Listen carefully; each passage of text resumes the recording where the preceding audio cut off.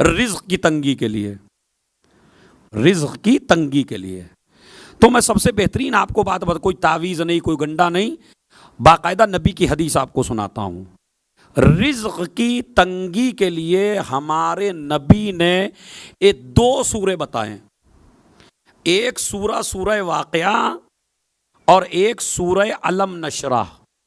علم نشرح بڑا چھوٹا سا سورہ ہے، 8 آیتیں ہیں علم نشرح میں۔ اگر آپ اسے اپنے ورد میں لے لیں علم نشرح کو، تو کبھی رزق کی تنگی آپ کو ہونے والی نہیں ہے۔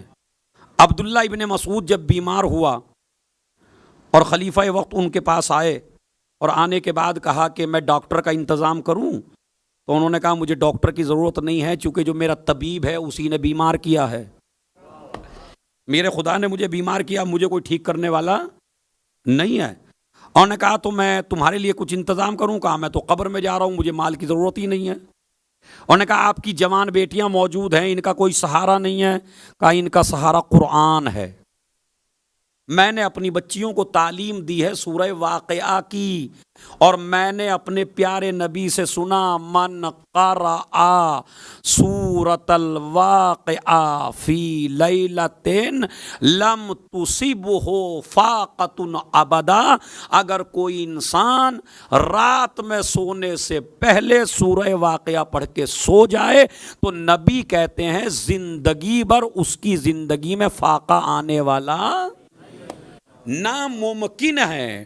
سورہ واقعہ پڑھنے کے 3 فائدے ہیں۔ پہلا فائدہ فقیری دور ہوتی ہے، دوسرا فائدہ جب خدا سے ملاقات ہوگی تو کأنہ ایسے ہو جائیں گے جیسے چہرہ 14ویں کی رات کا چاند۔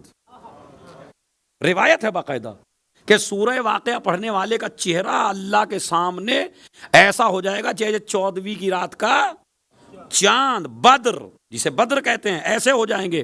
اور تیسرا فائدہ، جو آدمی جنت میں جانے کا زیادہ مشتاق ہو تو اسے چاہیے سورہ واقعہ پڑھے۔ فاقہ دور کرنا ہو تو واقعہ پڑھے، چہرہ نورانی بنانا ہو تو واقعہ پڑھے، جنت میں جانا ہو۔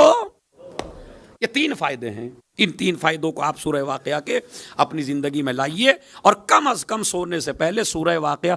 اصل میں ہم آل محمد کے قریب آئیں تو کیسے آئیں؟ سب سے زیادہ آل محمد کے قریب اگر ہمیں کوئی کرے گا تو اسے کہتے ہیں قرآن کریم۔